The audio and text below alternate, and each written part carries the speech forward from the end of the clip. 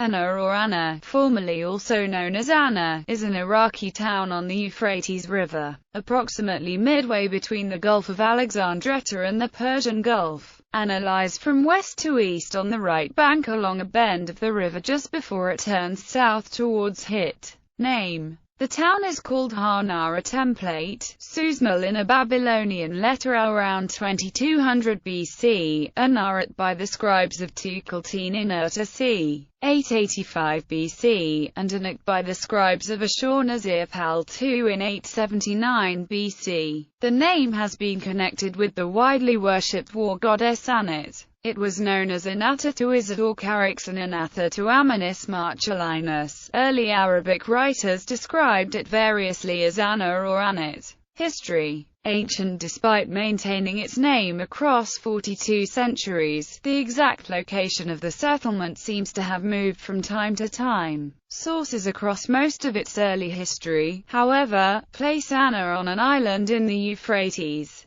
Its early history under the Babylonians is uncertain. A 3rd millennium BC letter mentions 6 men of Hanit, are mentioned in a description of disturbances in the residency of Suhi, which would have included the district of Anah. It is probably not the place mentioned by Amenhotep I in the 16th century BC or in the speech of Sennacherib's messengers to Hezekiah, but probably was the site, in the middle of the Euphrates, opposite which Ashur-nazir-pal II halted during his 879 BC campaign. It may also be mentioned in 4 7th century BC documents edited by Claude Herman Walter Johns. Xenophon records that the army of Cyrus resupplied during a campaign in 401 BC at Charmander, near the end of a 90-parasang march between Khorsot and Pali, which likely intends Anah. It was the site where Julian first met opposition in his AD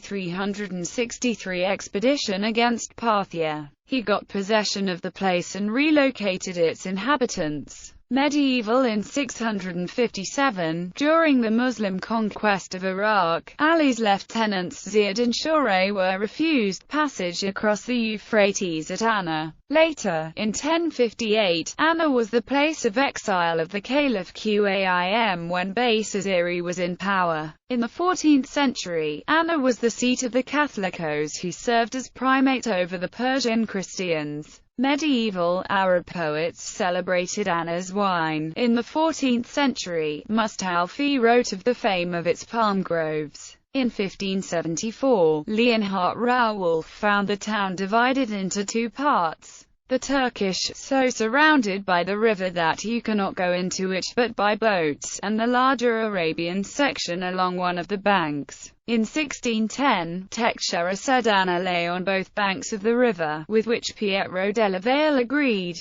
In that year, della Valle found the Scot George Strachan resident at Anah, working as the physician to the emir and studying Arabic. He also found some sun worshippers still living there. Della Valle and Teixeira called Anah the principal Arab town on the Euphrates, controlling a major route west from Baghdad and territory reaching Palmyra. Modern at the beginning of the 19th century, G.A. Olivier found only 25 men in service of the local prince, with residents fleeing daily to escape from Bedouin attacks against which he offered no protection. He described the city as a single long street of 5 or 6 miles along a narrow strip of land between the river and a ridge of rocky hills. W.F. Ainsworth, chronicling the English Euphrates expedition, reported that in 1835 the Arabs inhabited the northwest part of the town, the Christians the center, and the Jews the southeast.